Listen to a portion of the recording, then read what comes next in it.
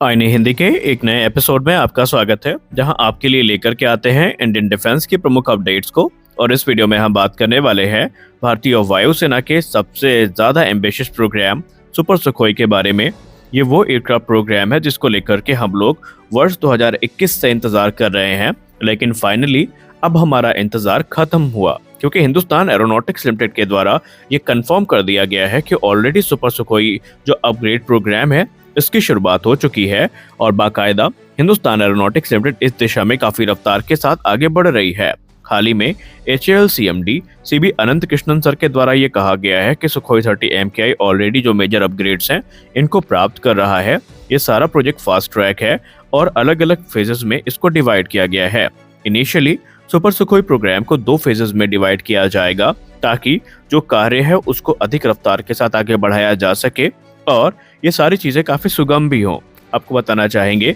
कि Sukhoi 30 MKI upgrade के बाद तकरीबन 78% इंडिजिनस हो जाएंगे, यानी कि अभी मौजूदा तेजस एयरक्राफ्ट से भी ज्यादा इंडिजिनस हमारा सुखोई एयरक्राफ्ट हो जाएगा। और ये एयरक्राफ्ट आपको 2045 से 2050 तक भारतीय वायुसेना के सर्विस में देखने को मिलने वाले हैं। अब बहुत सारे लोग इसको लेकर के लगातार प्रश्न उठा रहे हैं कि क्या वाकई सुखोई का जो एयर फ्रेम है ये इतनी लंबी लाइफ को विथस्टैंड कर पाएगा। तो इसको लेकर के भी जो अलग अलग कार्य हैं वो शुरू किए गए हैं, जहां पर इनके पार्ट्स और कंपोनेंट को इंडिजिनाइज किया जा रहा है और डिफेक्टेड पार्ट्स को रिप्लेस किए जाने की जो कवायद है ये शुरू की जा चुकी है। जो फर्स्ट फेज होगा सुपर सुखोई अपग्रेड प्रोग्राम का, ये काफी महत्वपूर्ण होने वाला है। फर्स्ट फेज में सुखोई 30 MKI को कटिंग एज एवियोनिक्स और रेडार से इक्विप किया जाएगा। अगर हम रेडार सिस्टम की बात करें तो आप सब जानते हैं कि सुखोई 30 MKI फाइटर एयरक्राफ्ट के लिए उत्तम एसा रेडार का जो स्केल अप वेरिएंट है ये सुनिश्चित किया गया है, जो कि बेसिकली तकरीबन 1900 से अधिक जो TR मॉड्यूल्स हैं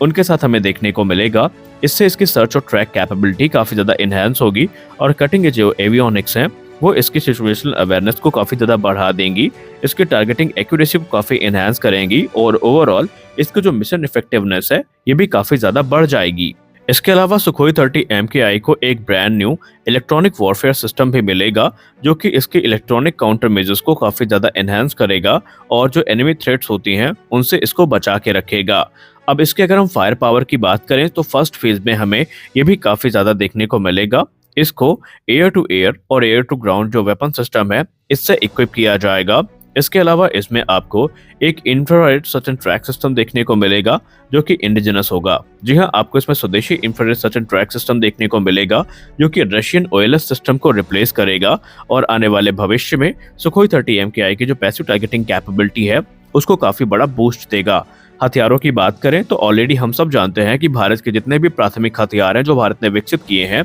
ये ऑलरेडी सुखोई 30 MKI के स्ट्राइक पैकेज का हिस्सा है। फिर चाहे वो ब्रह्मोस सुपरसोनिक क्रूज मिसाइल का एयर लॉन्च वेरिएंट हो या फिर भविष्य में आने वाली ब्रह्मोस NG हो, नज्म MR हो, ये सारी मिसाइल आपको सुखोई 30 MKI में देखने को मिलेंगी। और अगर आप इसे एंटी रेडिएशन मिसाइल के क्षेत्र में देखें तो रुद्रम 1 का इंटीग्रेशन ऑलरेडी कंप्लीट हो चुका है और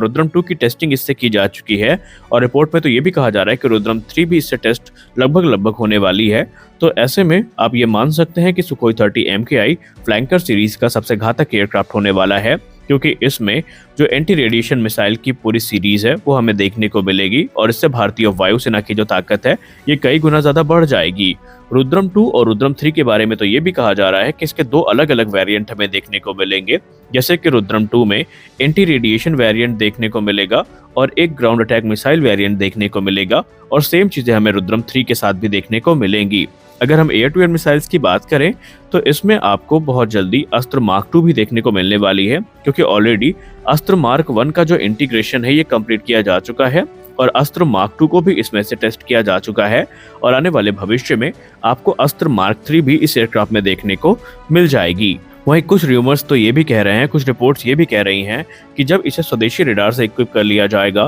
स्वदेशी मिशन कंप्यूटर से इक्विप कर लिया जाएगा, तो उसके बाद भारत MBDA के पास पहुंचेगा और सुखोई 30 MKI में जो MBDA की मीटियोर है इसके इंटीग्रेशन की बात की जाएगी। हालांकि अभी तो हम ये दावे से नहीं कह सकते कि इसमें जो मीटियोर मिसाइल है इसका इंटीग्रेशन हो जाएगा, लेकिन संभावनाएं प्रबल हैं कि इंडिजिनस सिस्टम के साथ ये सारी चीजें थोड़ी आसान जरूर हो सकती हैं। अब अगर हम सेकंड फेज की अपग्रेड की बात करें तो सेकंड फेज का जो अपग्रेड होगा सुपर सुखोई में, उसमें हमें जो फ्लाइट कंट्रोल सिस्टम है ये अपग्रेड होते दिखाई पड़ेंगे। इनको एडवांस फ्लाइट कंट्रोल सिस्टम से इक्विप किया जाएगा ताकि इनकी जो प्रिसाइज मैन्यूवरेबिलिटी है इसको इन्हेंस किया जा सके और इनकी जो हैंडलिंग है इसको भी इम्प्रूव किया जा सके, क्योंकि सुखोई 30 MKI अपनी एक्सट्रीम मैन्यूवरेबिलिटी के लिए जाने जाते हैं और आप इनके आइकॉनिक वर्टिकल चार्ली मैन्यूवर को कैसे भूल सकते हैं। तो ये सारी जो चीजें हैं ये सुखोई 30 MKI को काफी ज्यादा मजबूत और काफी ज्यादा ताकत प्रदान करेंगी और भारत में ये जो एयरक्राफ्ट होंगे ये सुखोई 30 के सबसे एडवांस वेरिएंट कहे जाएंगे। हालांकि ये जो मल्टीपल पर्पस फेजेस में ये अपग्रेड की जा रही है इसके अपने फायदे भी हैं।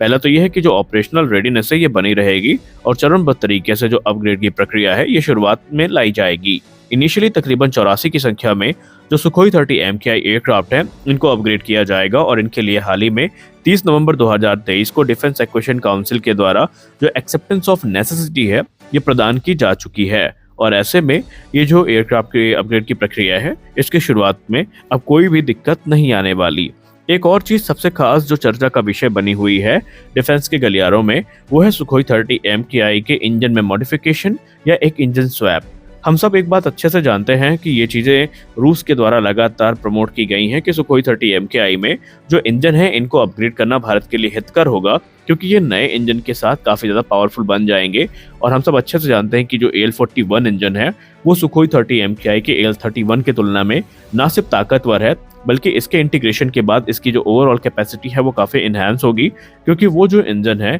वो काफ़ी ज़्यादा थ्रस्ट तकरीबन 23,000 पाउंड का जो थ्रस्ट है वो जनरेट करने में सक्षम है और AL-31 की तुलना में वो काफी ज्यादा है। हालांकि वो AL-31 की तुलना में भारी भी हैं, लेकिन अभी भारतीय वायुसेना इस पे कोई टिप्पणी नहीं कर रही है। भारतीय वायुसेना का ये कहना है कि हम अपनी स्वदेशी संस्थाओं की सहायता से ये जो अपग्रेड प्रक्रिया है इसको आगे बढ़ा सकते हैं और सुखोई 30 MKI में फिलहाल तो इंजन स्वैप की कोई जरूरत नहीं है। Midhani gas turbine research establishment मिल करके कुछ इंपॉर्टेंट कंपोनेंट्स है सुखोई 30 MKI के इंजन के जिनको रिप्लेस कर रहे हैं इंडिजिनस सिस्टम से, और माना जा रहा है इसके बाद सुखोई 30 MKI के जो इश्यूज हैं इनको रिजॉल्व कर लिया जाएगा या इनके इंजन से रिलेटेड जो इश्यूज हैं इनको रिजॉल्व कर लिया जाएगा और ये एयरक्राफ्ट भारतीय वायुसेना की सर्विस में आराम से बने रहेंगे। तो यहाँ पर हम ये कह सकते हैं फाइनली कि जो एक लंबा इंतजार था सुखोई 30 MKI के अपग्रेड किए जाने का सुपर सुखोई स्टैंडर्ड में, ये काफी ज्यादा बढ़ जाएगा। और जब एडवांस रेडार इनको मिल जाएंगे, एडवांस एवियोनिक मिल जाएगी, तो जाहिर सी बात है कि जो एयर डोमिनेंस है भारत का